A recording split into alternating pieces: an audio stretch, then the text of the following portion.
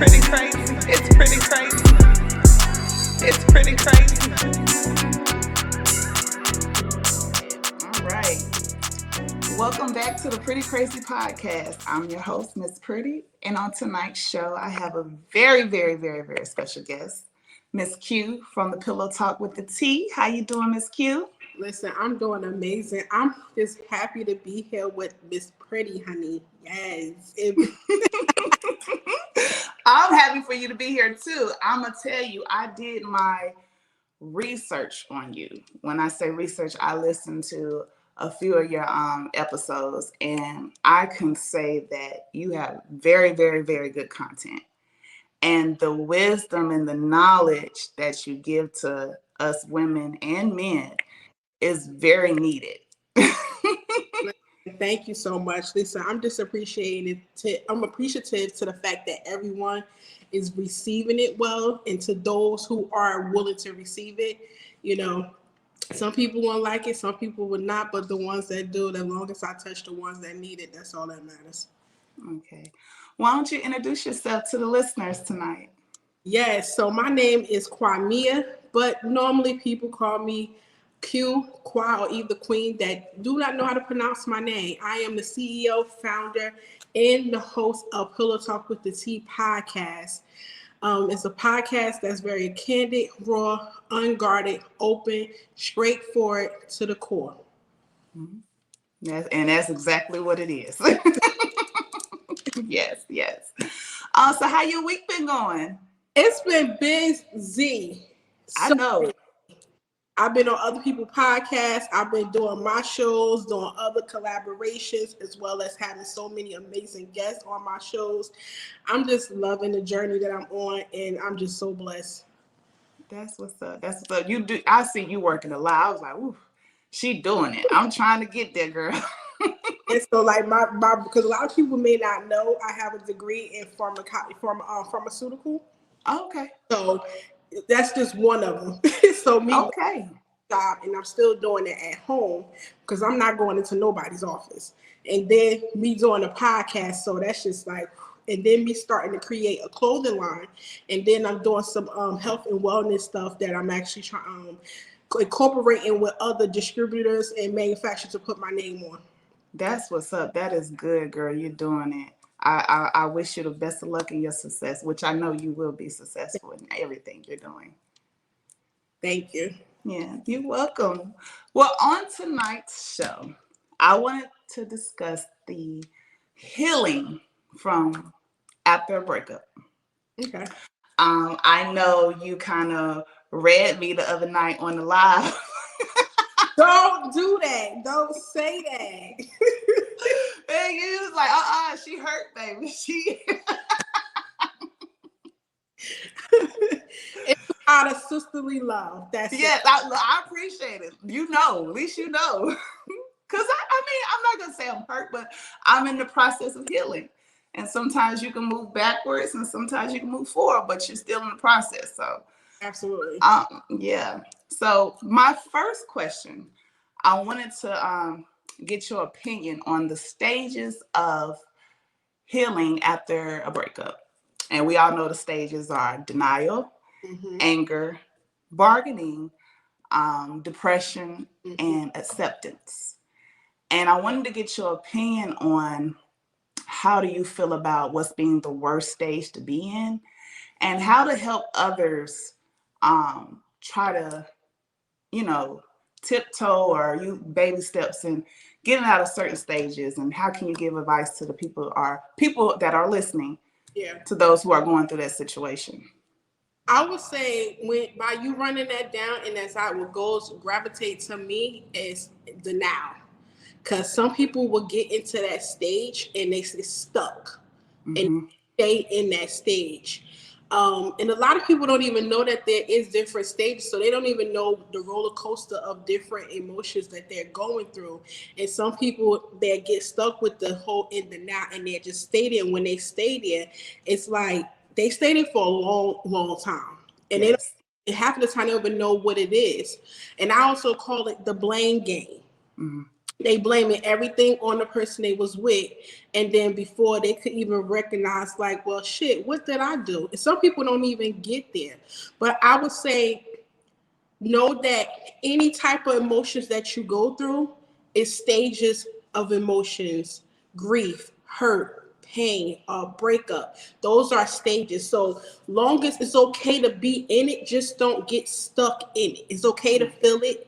It's okay to recognize it. It's okay to sit in it for a moment, but don't sit in it and get stuck in it forever. Right. Then I feel like to move from it is to be able to say, okay, I felt it. I recognize it. Now I'm about to acknowledge it. And then that's when I feel like that's when you do those three things. That's when you start moving on to the next stage.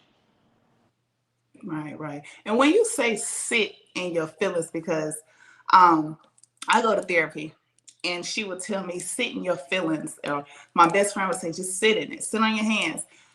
You don't think that make it worse?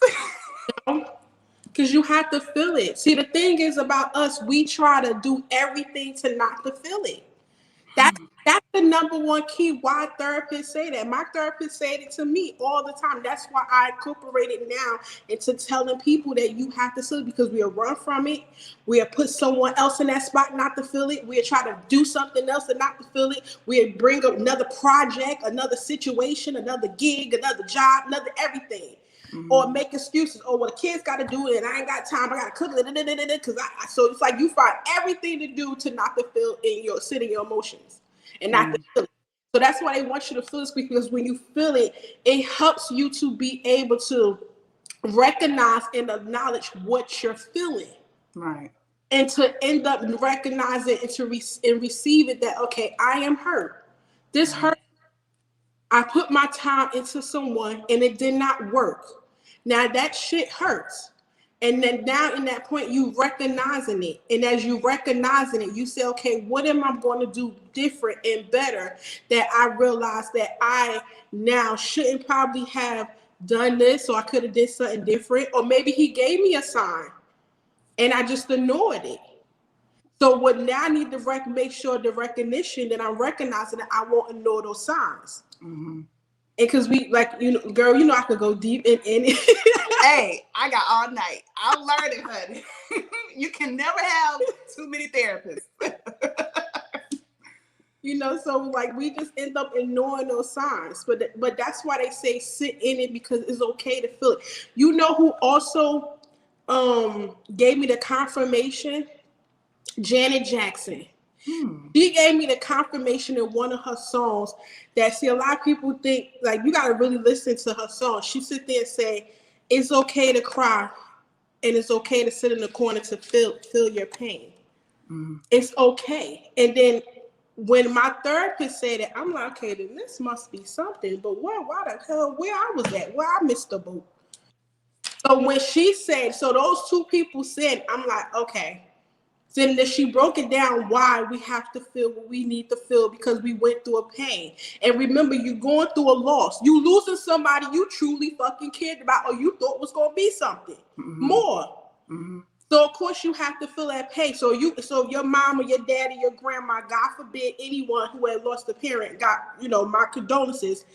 You going to ignore that pain that they gone when that person was a major part of your life? You going to just numb that pain and not feel it? No, you're going to go spill along, tell people I'm not with it right now. I'm okay. I got to be by myself. You're going to cry. You're going to scream. You're going to yell. You're going to punch something. And like I even tell my son, it's healthy releasing that you could do. You ain't got to go out there and shoot. You ain't gotta go out there and fight. You could sit there, go to gym and box a punching bag. That's true.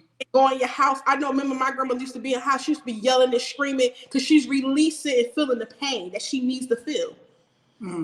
Or I remember just me having a breakup, or me losing any family member. I sit in my room and I cry to feel that shit. You need to feel it.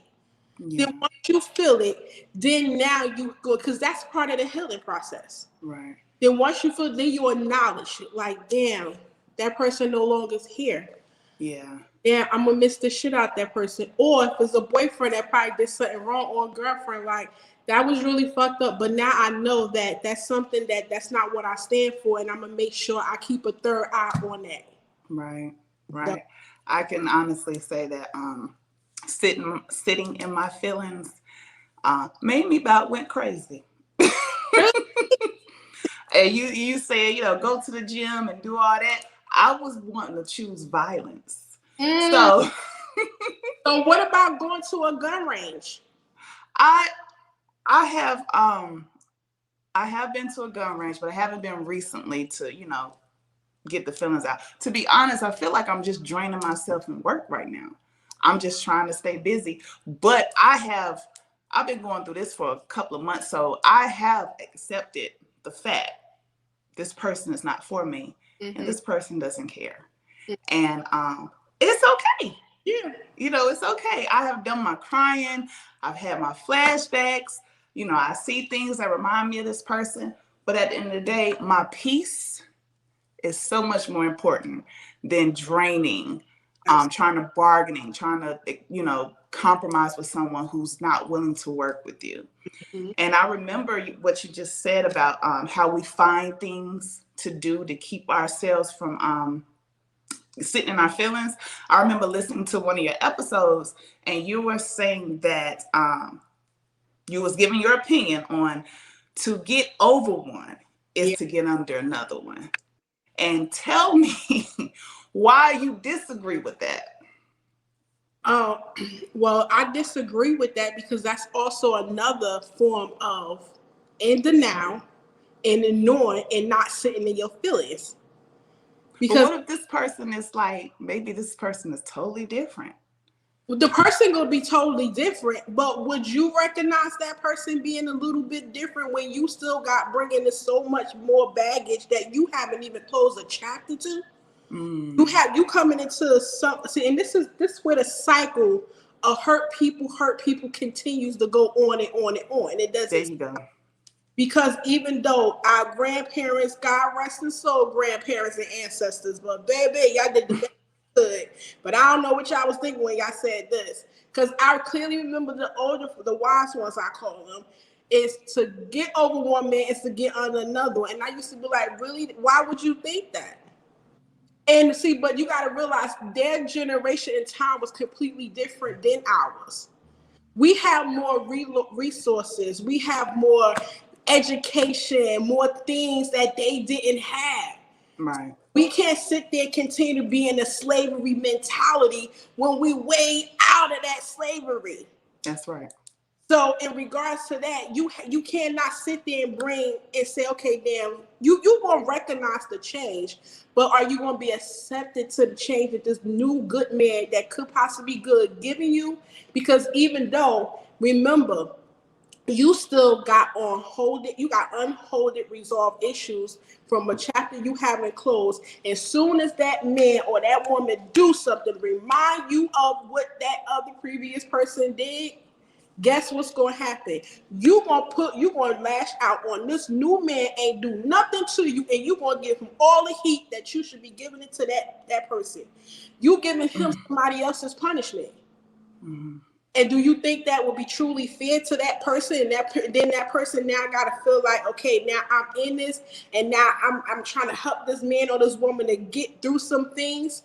But should he be that person, or should you just take your time and fall back and do what you need to do and go through your process and trust in the process and not rush? And I always tell people, healing does not have a timeline.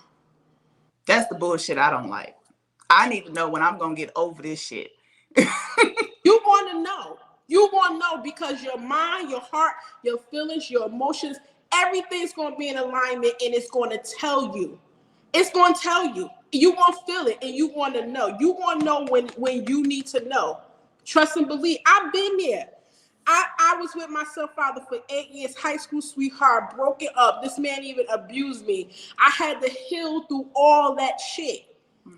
And every day I had resentment and had different issues. And I had to go to therapy because I was walking around with so much anger and so much hurt, so much disappointment, so much damn. I thought I thought he was going to be this, and he showed me something else. Right. But when that time came, and I think I was in my grandmother's house, in the bathroom, and it just clicked.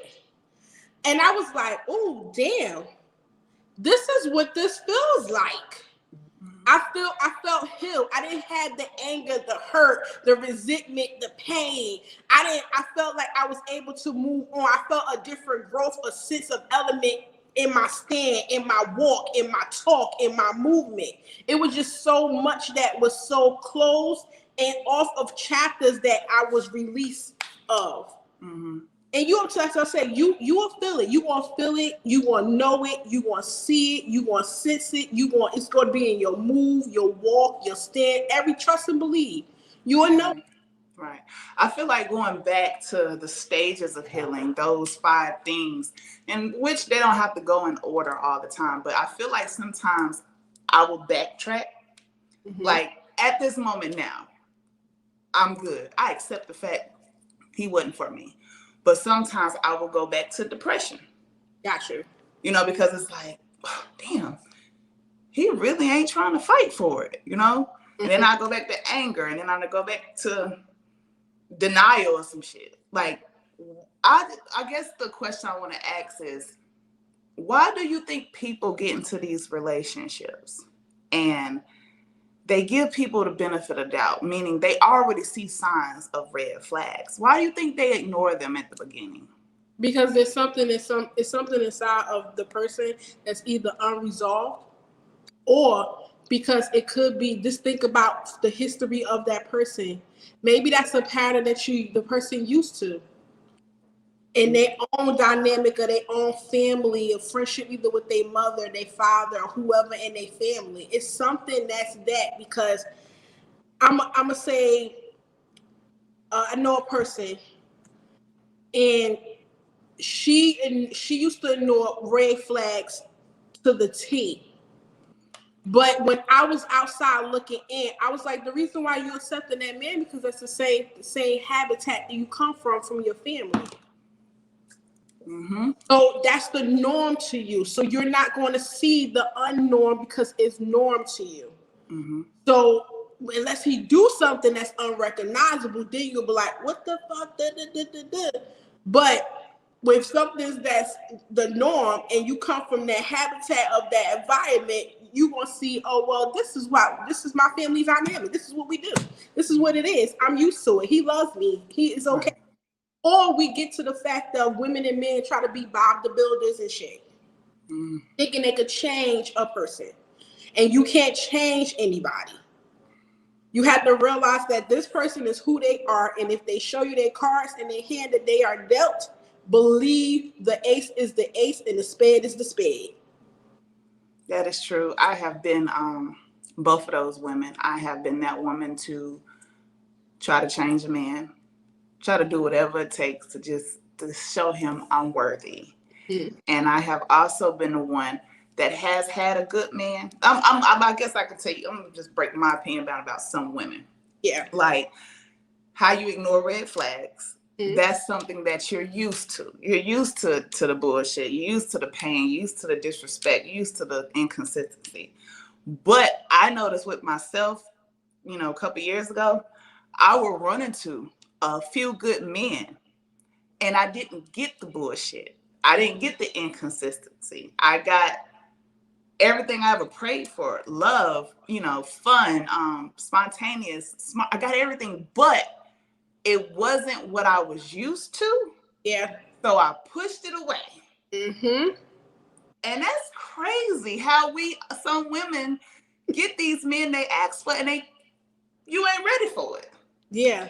So it's like, is it not that I'm ready for it? I'm just stuck on the bullshit. Yeah, just basically some people could just end up stuck on, because so listen, the norm is always going to be something you used to. Mm. When you end up now getting something that you're praying for, and then it's unrecognizable, but you praying for it, but it doesn't feel the same as the norm. Of course, which direction you think you're going to go to? You're going to go to the normal direction, because that's normal feeling. That's normal reaction. That's a normal habitat for you. So even though you can pray to God all day, every day, and he send you someone. And I tell people, be careful doing that. Mm-hmm. Because he sends you someone, he answers your prayers, but then when you miss his prayer, that you would just the gift that he just gave you, his child, his only begotten son, and he choose to give you that man, then you choose to disrespect the blessing that he gave and gifted you to. So you think it's going to come right around the corner in the next moment? No, he's not going to do that. Because now he see you're not ready. So you need to get what you need to get done. And it goes back to reprogramming yourself, because like you even said, you used to the craziness, the inconsistency, the bullshit, and probably have to chase and text him and stuff like that.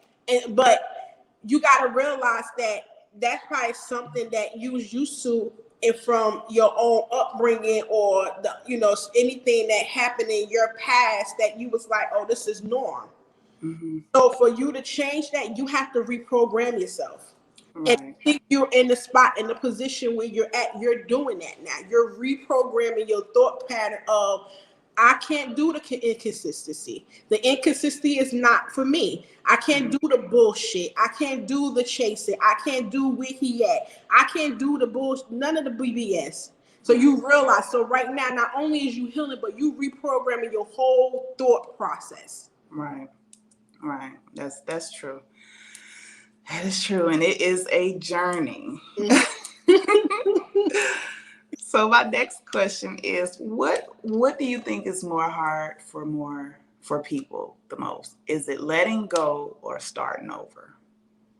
Ooh, Jesus. I feel like they equally has a hard, ballpark out of both.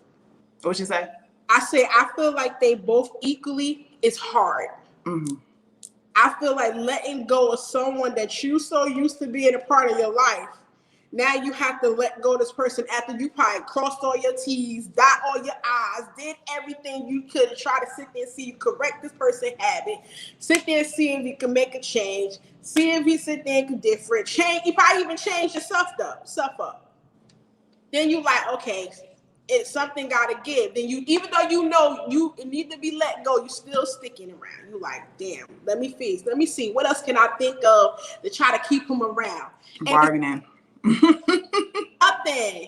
Mm-hmm. Not nothing at all. So then it's like, because you're trying to drag that feeling up. I see it, but I don't want to let it go. Yeah. Because it hurts too much. Yeah. I would probably say letting go is the hardest. Mm-hmm. For me, because like you said, it's just something that you're used to, and you didn't dotted all your I's and crossed your T's. If anything, moving on is pretty easy, but it's just your tolerance is low now for the bullshit after you got out of it. That's why I say, like, they equally have a challenge to it. Mm-hmm. Because now it's like, even though hopefully anybody that gets out of a breakup and do take time to heal and go through the process and reprogram their thought in that healing process, you want to end up, your tolerance is low, your standards are now extra high. Mm-hmm. Hopefully you acknowledge and you can seek out the bullshit before it even come to you. Your patience is completely low. So it's like you're now, it's like, okay, I don't want to exile every goddamn man, but then so it's like, yes, you like, damn. It's the dating scene. The dating scene. Are you single?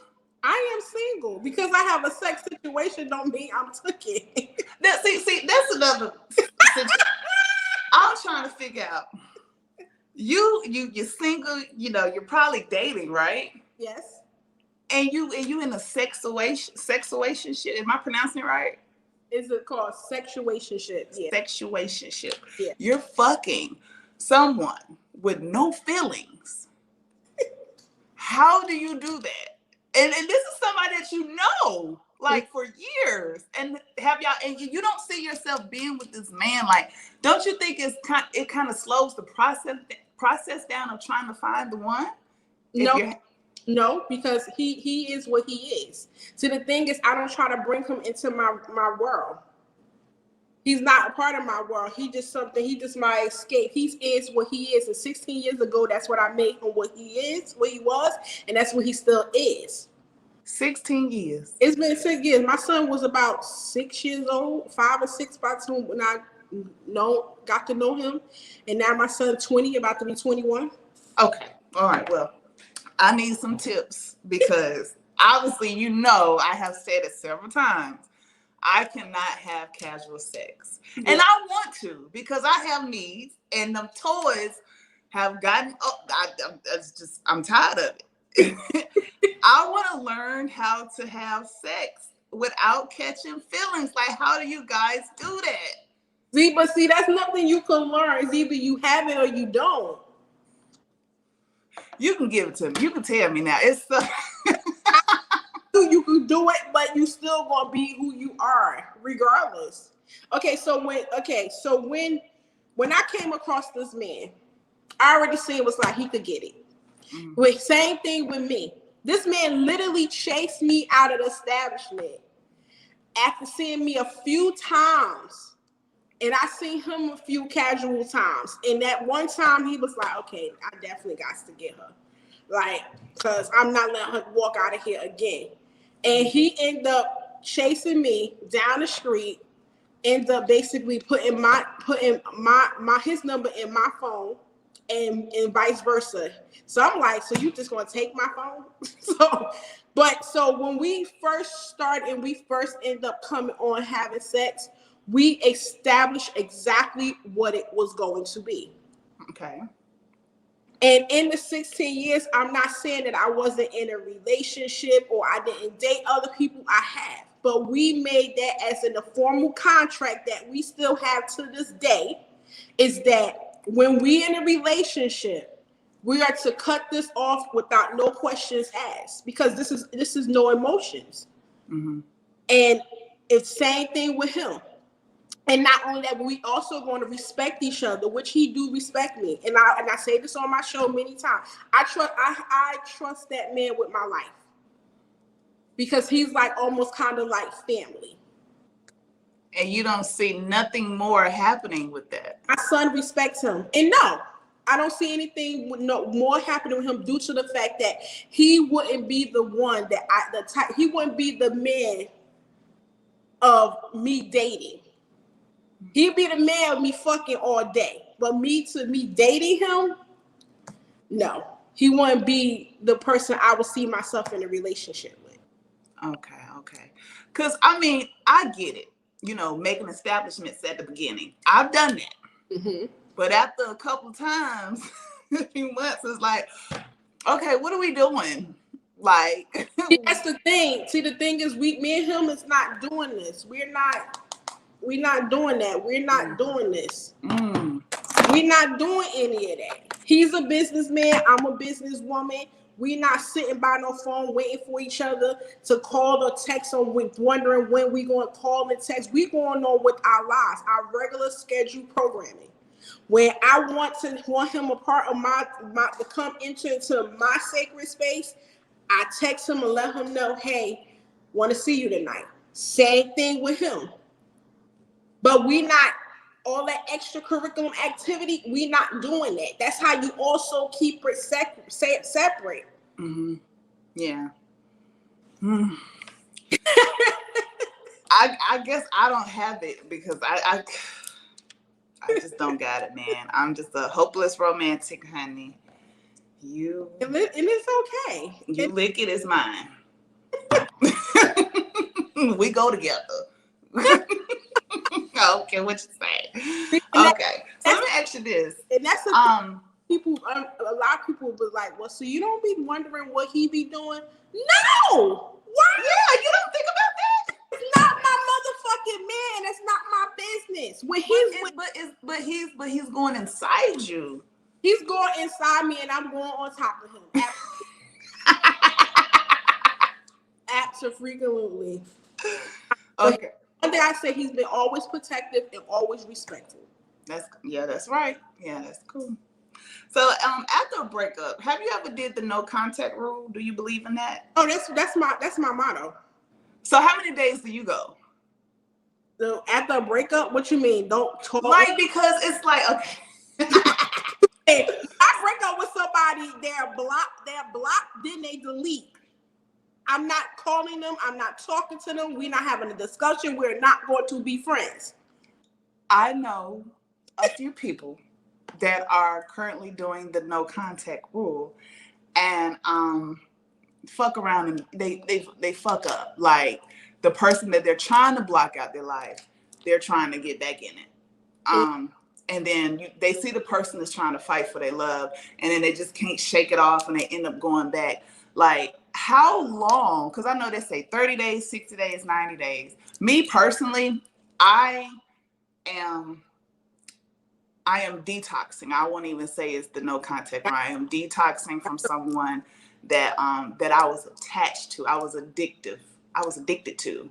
Mm-hmm. And I ain't gonna lie. Sometimes I think, okay, maybe after this detox, maybe after this separation for so long, maybe we all come realize what we had, or, you know, maybe they feel like they know what they had and try to fight back. But is the no contact rule is for just letting it go, or just giving each other space? Like, because everybody have their different reasons they're doing it. So what is your opinion? I never heard of that one. When I end up no contact and we're broken up, we're done. And I feel like the people that, I feel like the people that end up doing that mean that they not really done. It's like a break. So why, if you taking a break, to me, because to me, I feel like you saying, okay, I'm not going. First of all, why are you not calling your, wait, if this is your man, and you, what you mean no contact? So this is your, so you saying that this is your man, but y'all not speaking? No, I'm saying that they some things went left, and, you know, they feel like they're too, I don't want to say weak, but it's best for them that they're broken up, something's went left, and they're just like, you know what, I have to let this person go. I'm gonna go through a no contact rule. Once I can go over 30 days without speaking to them, okay, I'm good. You know, my feelings are not really all the way in there. Maybe we can start from scratch, or maybe this is just my time to just let it all go. Everybody has their different ways of doing a no contact. I see that, because that's a new one. In my world, my people, where I come from, I ain't never heard no shit like that. I'm sorry, because once we broken up, I know a lot of men or women that I know. Once we broken up, we broken up. There's no 30 days, 60 days, and I could run into them. No, if I run into them, I'm acting like I don't see your monkey ass. No, once we broken up, we're broken up. And I feel like people that's doing that no contact rule, even though you're done, and you got to have this timeline or certain thing to get him out your system, I feel like you're really not letting him go. So you really must be not really closing a chapter, to me. I don't think that's really closing the chapter, because you no contact rule. No, you broken up. Leave him alone. You go on with your life. Leave her alone. You go on with your life. See me, once I'm broken up, this is me. Block and delete. And if I'm but listen, cute, it's women out there who does that. I have been that woman. On social media or anything else, I have been that woman who has has blocked, have deleted pictures, have burned clothes out in the port patio. And I ain't gonna say now, but back then, I still think, damn, this could probably work. Let me just get, and that goes back to the stages of healing with the whole bargaining, denial, anger, depression. It's like something that sometimes you just get that feeling like, okay, let me just take some time off. Let me just give him his space. Maybe he'll realize this. You know what I'm saying? I've been that person that has done everything in the book, but still backtracked it. Yeah, that means that's not really over. That's not really over. All you doing is basically just giving each other that space and that time to sit there trying to analyze and recognize some things, and then end up coming right back to see if it's going to be different. But we gotta do that though. A thing is a thing. It is what it is. So do you believe in the saying, if they leave and they come back, it's love. What? No. If they come back, it's true. Like that shit. Like what is But that? how long is this though? Like how long is that? Is it 60 days? I don't know. No, I don't know. I don't know. Now, I don't know. like some time apart. Like if you was in a relationship with somebody, it didn't work out. Maybe like between, you know, I won't even say 5 years because I had a situation and that shit wasn't even enough time. I was given 10, 15, maybe 20 years, a whole decade, probably. Yeah, it's meant to be. But you talking about a year, 3 years, 5 years, yeah, right. I don't believe it. Okay. I don't believe it. Mm-mm. No, I mean you see J-Lo, you know, and you know she was. Bro, that is not an example to give to nobody. That is an example. That is You not. don't think so? J-Lo is all over the damn place. J-Lo, I'm just saying. she is a hopelessly romantic to the core of all cores. She's the definition of if I fucking leave such and such, I'm going to another one. And she call it what it is, but baby, you need to just slow down and stop. Yeah. Yeah.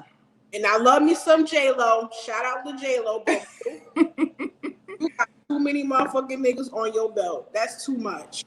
That is too much. She has definitely been around the block. But we all have, so. We all have. And her just more public. I was just not. Yeah, honey. So my next question is, after a breakup, do you believe in people going celibate? Yeah, I do. I definitely do. Why? It's a part of the process. They feel like that's something they spiritually or mentally need to do or emotionally need to do for themselves. Me? Hell no. You ain't take no break. I listen, at the beginning when I did it, I didn't. I was like, I'm gonna do me. I don't give a fuck. Fuck him and who it made him. Oh God. But then I realized I can't do that. Cause I was once that girl. I was like, fuck this shit. Why I'm taking a break? Shit. He's done. He's it. That's what I'm saying. That's why I say when I speak and I'm talking for experience. Cause I've been through the shit. Me too. So in regards of that, no, I once before my younger self, I was like, fuck this nigga. Fuck him and the person who made him, who balls he came out of. Mm-hmm. Fuck him. I still feel that way. Yeah. You still feel that? I still feel that. Fuck him and his mama. And his daddy, he don't know. His daddy, he don't know about. So, fuck all of them. But see, then as I got older, I'm like, nah, I need to you use the key element word, detox. I need to detox that person as well as I'm healing and going through my process to end up recognize, acknowledge, and going through the whole roller coaster of, you know, the stages of grief of just losing who I was with. So, but now if I do that, me doing that today, no, I won't do it today. But the younger me, she was a bitch. She was like, fuck these niggas. I don't care. Yeah, I was the same way. And in my younger days, I didn't give a fuck about no nigga. Mm-hmm. The reason why I say fuck that nigga because it's really fuck that nigga. But back in the day, I wasn't submissive. I wasn't selfless. Like it was all about me. And I feel like, and I'm gonna say it like this. It seems like the trend is to not give a fuck. That's how you get a man's or someone's attention. They want to chase you. But when you're being submissive to a man and you're doing all the things to show him, hey, I can be this girlfriend material, I can be this wife material, why are you not seeing this? You know, they try to run all over you or give you the ass kiss. But if you act like you don't give a damn and on to the next nigga, that's when they want to kiss your ass and eat it and all that. I don't understand. I realized this. A man, and I realized this when I was older. A man, he don't, okay, because this is what something I had to realize even with one of my exes. I was like, well, damn, why did he marry her, but he was acting like he didn't want to marry me? Then I had to realize that because I wasn't the one he wanted to marry. I wasn't his wife. Maybe she was. And sometimes we have to take ourselves out of our own head and realize that what it is that the God is showing you, that's what exactly is. So maybe you wasn't he looking at you as wife and oh my God, I'm about to lock this down. Maybe you just wasn't the key that opened his door to that part of him of marriage. And we have to realize that everybody bring out something different in everybody. And that's why hopefully when that person comes into your life, you'll recognize that create that spark, create that flame, and be like, okay, well, damn, he didn't make me feel this way. Because I could say my ex-boyfriend, he sat there, elevated my standards even more to the fact of I'm not touching the doorknob. I'm not touching the chair. When I walk down the steps, you are to be in front of me, grab my hand as a lady to make sure I could walk down these stairs elegantly and gracefully. Absolutely. We going on date nights. We're spending individual time as well as couple time. So I had to also realize that people bring out certain elements of you. So in regards of that person just probably didn't see you as a wife. And you have to be like, okay, I understand. I'm just not that person for that person. That's the truth that hurts. Somebody else that next person he probably come across, maybe that person or his person. And we have to stop being so disappointed and realizing it's questioning our own selves like, well, what didn't I have? What did I didn't do? What she had that I don't have? You have everything that you need to have. Just the fact that you just wasn't his or her person. We have to just accept that. Right. So and I learned that in my growing. Well, I don't say that no more. I say he wasn't for me. Yeah, he was the husband. Because I remember going through therapy, and she had to, turn me around and, have me look at myself in the mirror, like, stop blaming yourself. Because in my situation, I did my part. Yeah, I went above and beyond. So honestly, I don't want to sit here and say maybe I wasn't for him, because it was at one point in time where I was, and it just faded away. But now that I look back on it, it was a person who was emotionally unavailable. Yeah. And me being as passionate and loving as I was really trying to break that door down, and I just couldn't. And I remember him, saying to my mom, I remember him telling me the breakdowns of his past relationships. And it was the same thing, what I was asking for. All I asked for was time and affection. And he just wasn't that person. He just wasn't that person that can give it to him. When I remember him telling me about his last situation that really put that wall around him, is he was working really hard to try to make things, make sure ain't nobody have to do nothing. Yeah. And somebody or whoever did what they did on the wrong time, and it just fucked with him for the longest. And he's just like, no one could ever do that to me again. Nobody. And I was just trying to get him to understand that, everybody's not like that. But, he was the type that, okay, I need somebody that's going to understand I'm a busy person, or I'm a person that don't like to be around people. I'm a person that don't like to be affectionate enough. I can give you physical and financial, but I can't give you emotions. So, and money is good. Money is always a plus. It's good. Thank you. I appreciate it. Physical is good, but if you're not getting enough of it, then it's, what the fuck. But emotions, that heart to heart, that connection, if you don't have that, then it's not going anywhere. No, it's not. It's a numbness. And my thing is, when he was telling you about his girlfriends, that didn't raise anything in you to be like, Maybe I Well, should. see, that goes back to us knowing knowing what we're used to and feeling comfortable with dealing with that.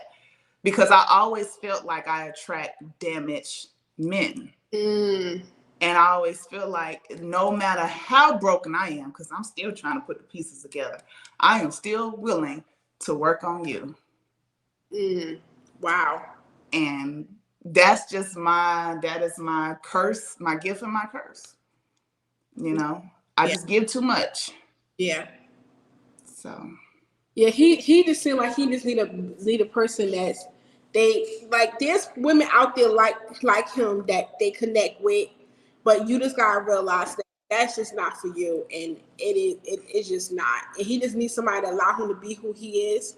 When that's not so a need or conceptive of needing affection and emotion. And that's what they wave. That's the wave they're gonna ride on. But if you know you're an affectionate person and this man ain't giving you affection or emotion, run. Fuck that shit. yeah.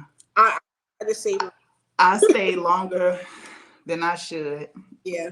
Why But do you think people stay longer than what they should, though? because it goes back to the fact of the norm. Mm-hmm. It goes back to they think they could fix it, or it's something they could do to show them something different or better to make them be different. But the thing is, that person has to want to be different. You can't show them. You can't expose them to the difference or force them or push them in the door of difference. They have to want to change. They have to want to be different. They have to be open to wanting to see the difference. If they're not open to wanting to see it, they're not going to see it. You would cook this nigga a 3-course meal every single night, have his drawer clean, bubble bath, a whole every nine to the dime.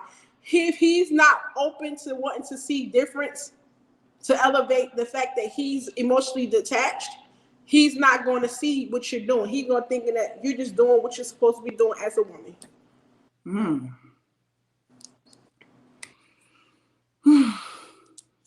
Mm. So that's why I always tell women and men, because men get mistreated too, and they stay and they think they could change a woman, it could be different, but it can't. You just have to know that what you need and what you want is what you need and what you want, and there's no trying to force, spoon feed, try to see, break your back and your neck, go over and beyond to make that person to change, to see it. Because if that person inside of them is not open to it, in their mind or their heart or their soul, or to even try to grow to be have a whole different thought process, it's a waste of time. It's like you basically cooking a full course meal, cleaning, cooking, being a woman to the wall. Right, right, right. And you said something about men try to change women. Me, honestly, I haven't ran into an emotional man in a minute. Why do you think? And I remember us being on live one that night about um, emotionally unavailable men and why they feel like they can't show emotions to some women because we might try to use it as a weapon.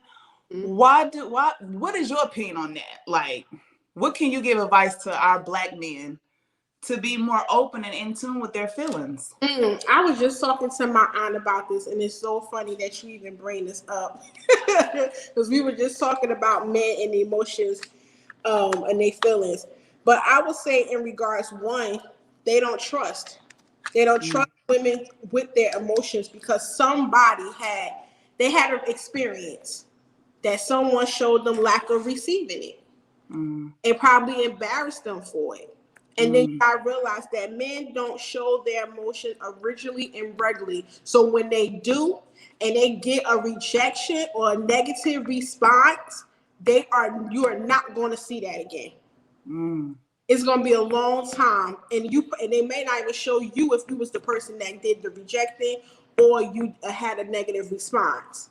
mm-hmm. And I feel like also, I was telling my aunt, men have emotions, men feel. The difference is they just show it in a different type of way and energy, and they have to really trust you to know you, that they put their vulnerability into your hands and that it's not going to be used or abused or stepped on because they Right. barely shows it. Also, it comes to me in the form of, because remember even the nights they always trying to analyze us, Mm-hmm. about us healing. Mm-hmm. But where do we see the men healing? Never. I don't see the men healing. Mm-mm. I feel like they talking about us not healing and waiting and being in the process of healing and not running to another man's arm. But I see these men jumping into different women's bed every night. Every night. So where is the healing in their book? They're not. They not, because again, if they are, it wouldn't be such a mass incarceration. Right. Our government wouldn't be sitting there getting paid off the heads that's across the United States of America that's incarcerated in these cells. Because you got to realize something comes from that unhealing and anger comes from something. Mm-hmm. You don't acting crazy and become a criminal, or you do something violent because you just decide to wake up one day. Mm-hmm. That's because there's some unhealed resolves of childhood issues, traumas, and everything else. Mm-hmm. And the thing is, a lot of men don't want to sit in it like we sit in ours. So they sit there and they overwork themselves. They end up want to go hang out with the boys extra. They want to stay in the gym extra or more. Now they end up sitting there. Now they just going from one woman to another woman. Every single night is a different one. Because they don't want to sit with the voices that they make. They don't want to look in the mirror. They scared. So they try to press it down with so many different things. Right. And that's why I say, for me to be a boy mom, I call bullshit on it.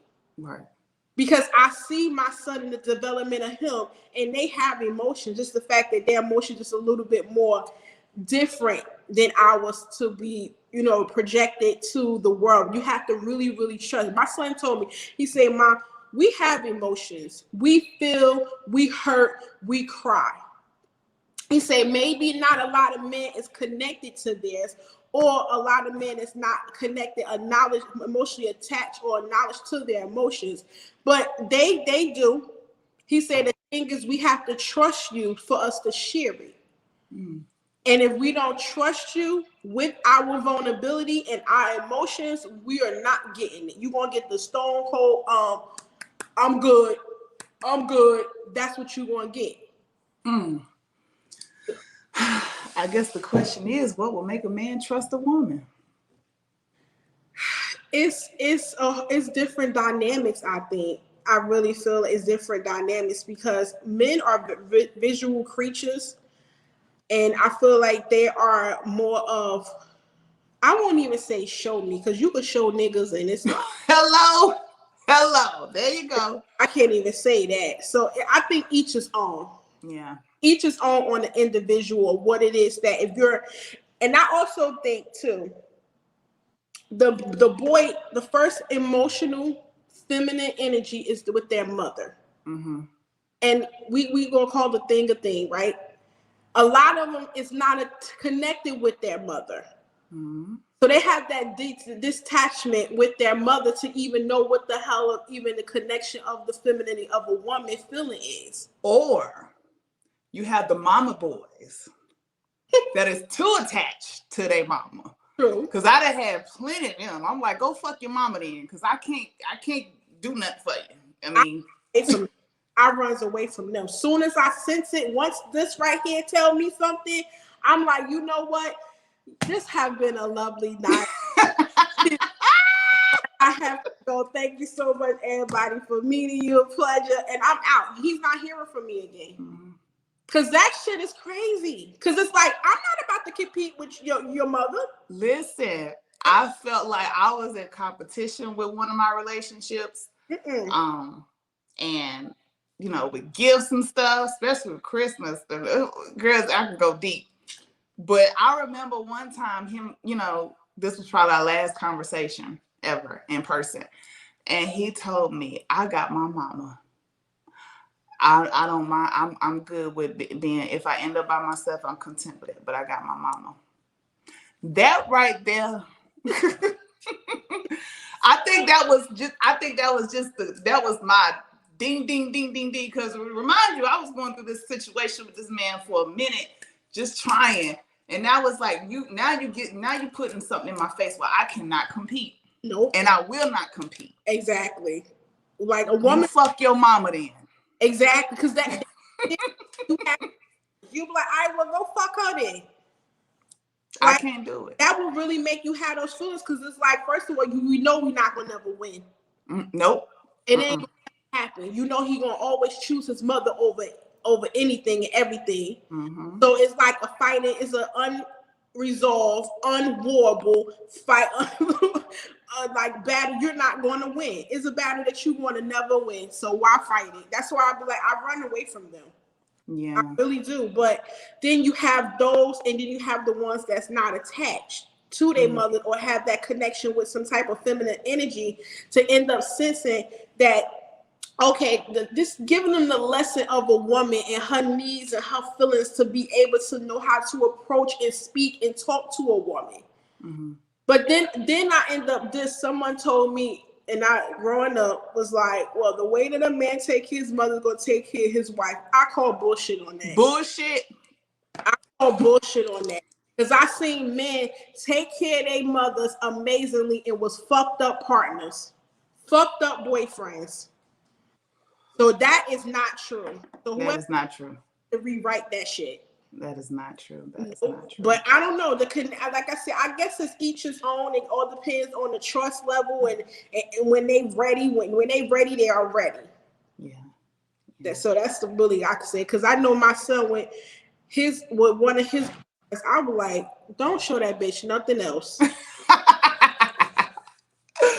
Okay, I have one last question for the man. We're just gonna end. We're gonna go ahead and call it a night because I have been noticing a lot of men asking women what they can bring to the table, what they can do for me. Why should I treat you as a prize? You know, all this bullshit. And someone had DM me and was like, why are men want to be treated like girlfriends now?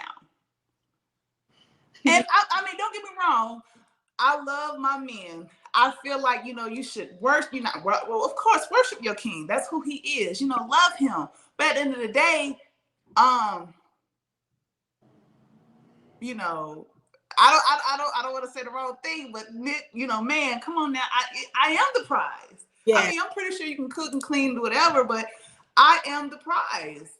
Mm-hmm. I wouldn't say a prize. I'd probably say I'm a gift. Okay. Yeah. I feel like men they work hard for something that they want to win.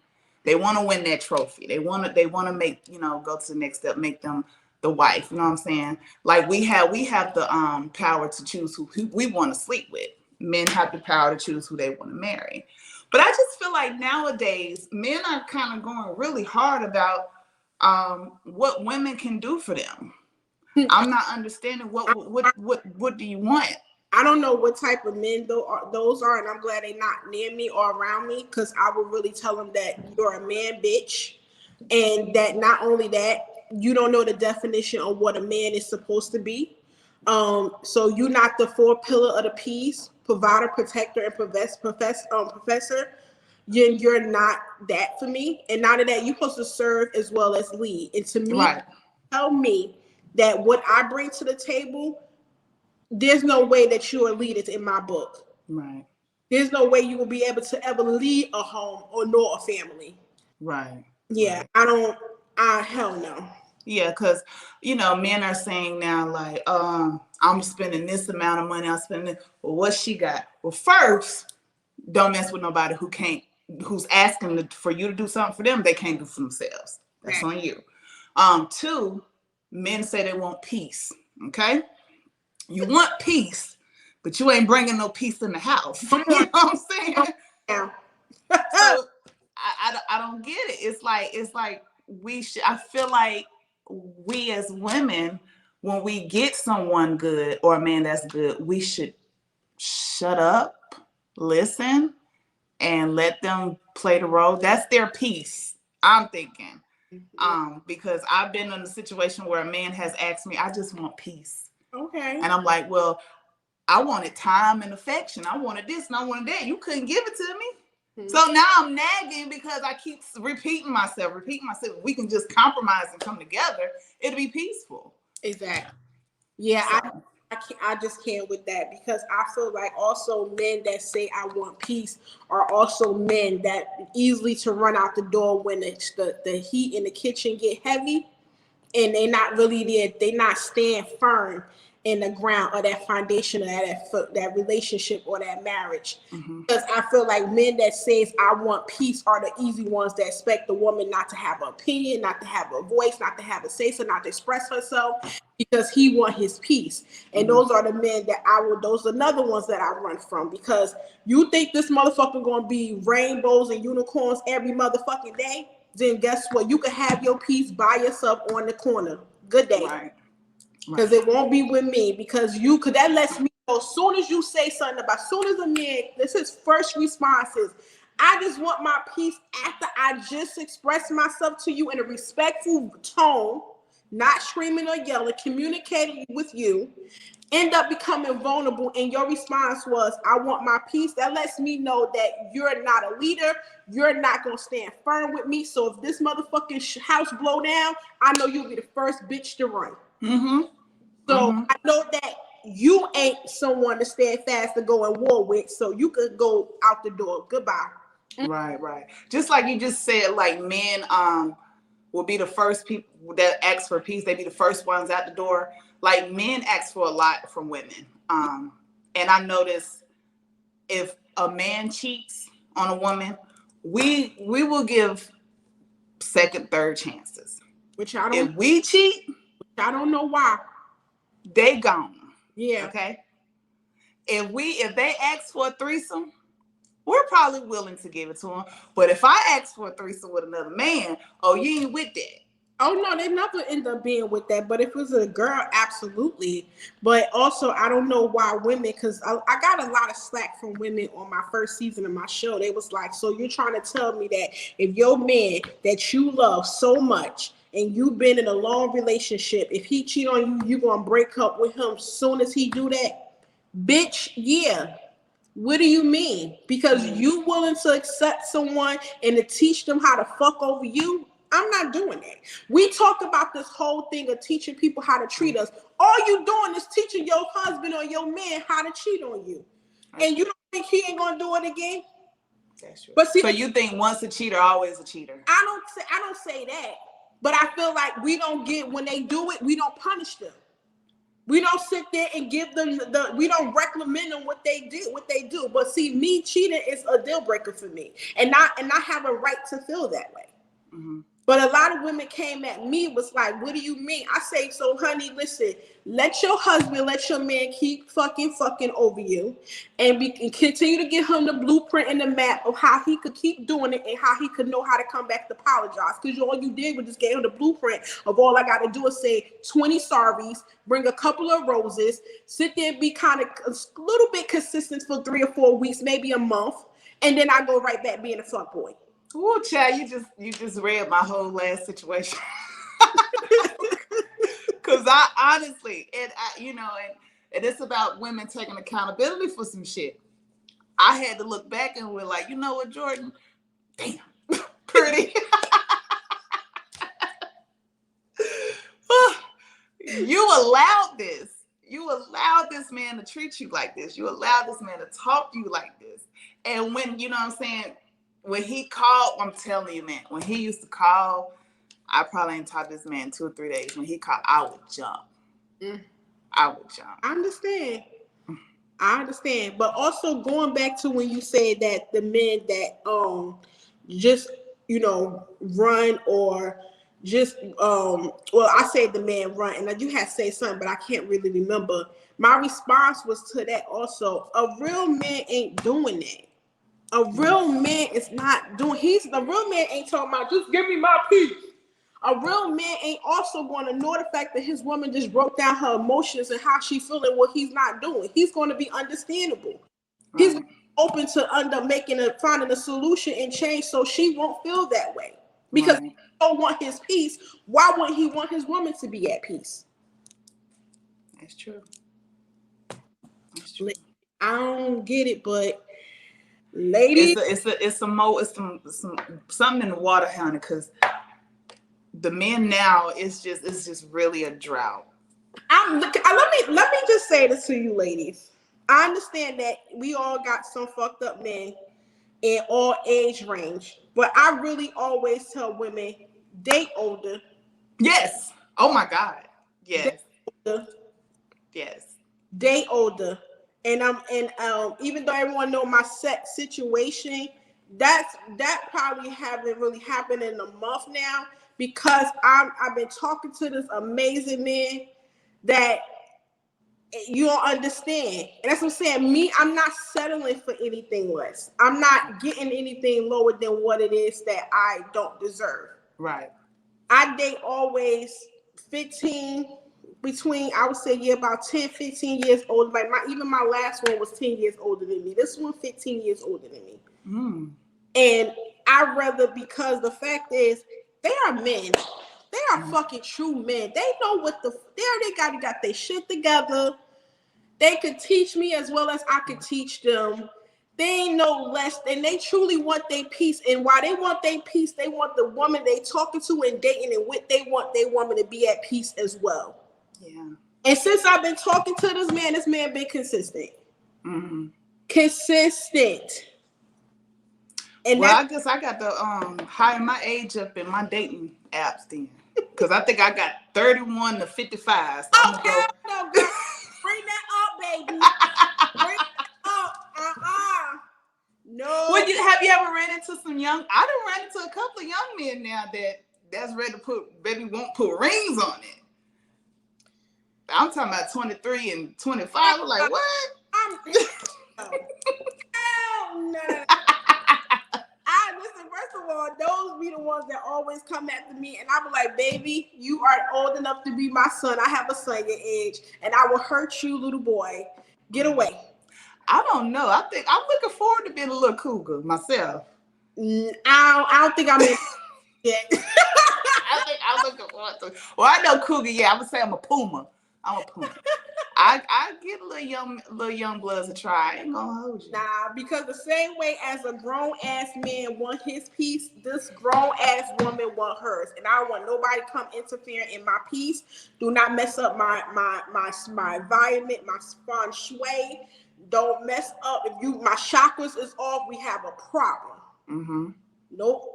The same way he want it as much as I do. Nope. So you gotta be on the same book and the same page. Absolutely. I want a grown ass fucking man.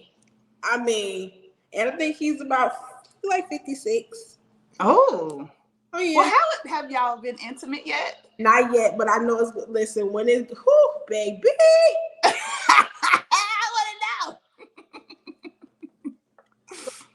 I already know it's gonna be good. I ain't even gotta worry about that. Oh, 56. You know them type of men. They love to please. Oh God. And that's what I'm saying.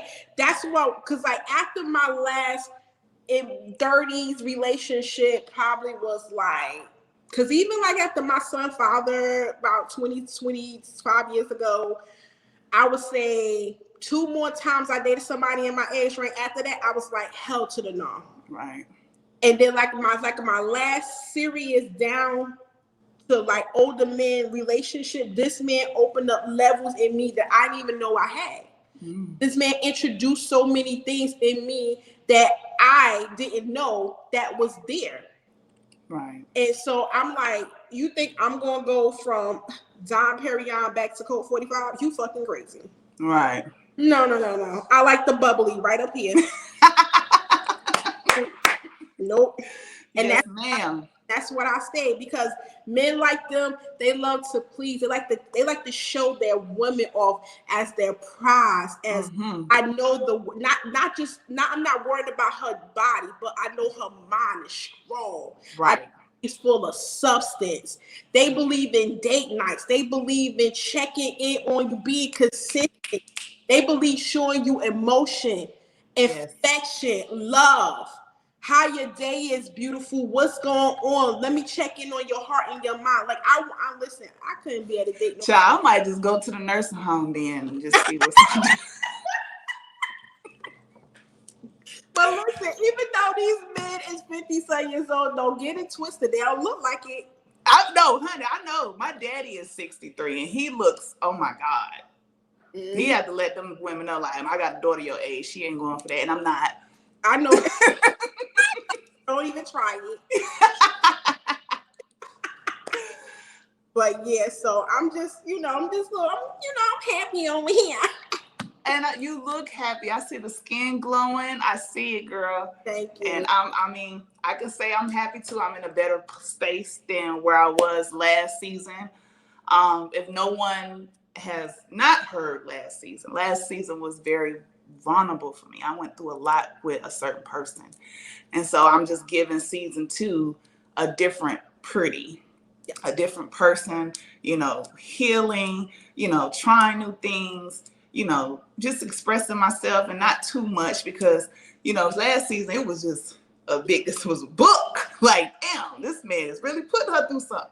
So season 2, I just want to be, just share my growth and my experience with other people because there's a lot of women that go through a lot of things similar to what I went through and just don't say nothing. Yes, absolutely. And hopefully this episode can really give someone some information on to, move on and let go and just work on yourself, Yeah. So Miss Q, I really do appreciate you coming on tonight with the Pretty Crazy Podcast. I really thank you. You were excellent. I can't pronounce some country.